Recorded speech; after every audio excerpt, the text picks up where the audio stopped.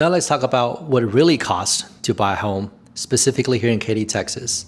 But this goes out to almost everywhere else in the country, because when people say, I got money for the down payment, that's cute, but it's only half the story. Depending on the type of loan you're getting, your down payment may vary. Some of the most popular loans are the FHA loans, where you only need a 3.5% down.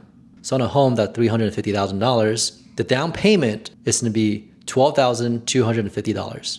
On a conventional loan, you can put down anywhere between 5 to 20% depending on what you qualify for. At 5% on the same $350,000 home, you're looking at $17,500 for the down payment. At 20%, that's $70,000. Now, VA and USDA loans is potentially $0 down, which can be amazing until you realize there are other costs involved here when you buy a home, not just a down payment. Closing costs. In Katy, Texas, this is typically 2 to 5% of the purchase price of the home. So that $350,000 home we mentioned earlier, you're roughly paying anywhere between $7,000 to $17,500.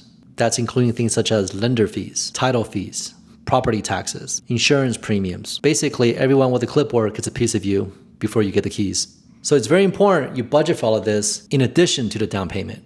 Aside from closing costs, you also need to make sure you have money set aside for things such as home inspection during the buying process. You may need more than one inspection done depending on the type of home you're buying and things that surface during the initial inspection or the walkthrough. These inspections can range anywhere from $400 to $600, even above $1,000, depending on the depth of the inspection you're looking for. Appraisal. The lender is going to want to appraise your home to make sure they're not over-lending you the money for the value of the home. And yes, you're paying for that. And that could range anywhere from $500 to $700 or more. Your first year insurance premiums, often that's due upfront. So that could be anywhere from $1,500, $3,000 or more, depending on size, location, and the coverage of the home. HOA fees in the Katy, Texas area, you're roughly looking at about $1,000 to $2,000 per year. And don't forget all the money you got to spend when you get the house. What does that mean? Well, you need new locks, probably want new shower heads.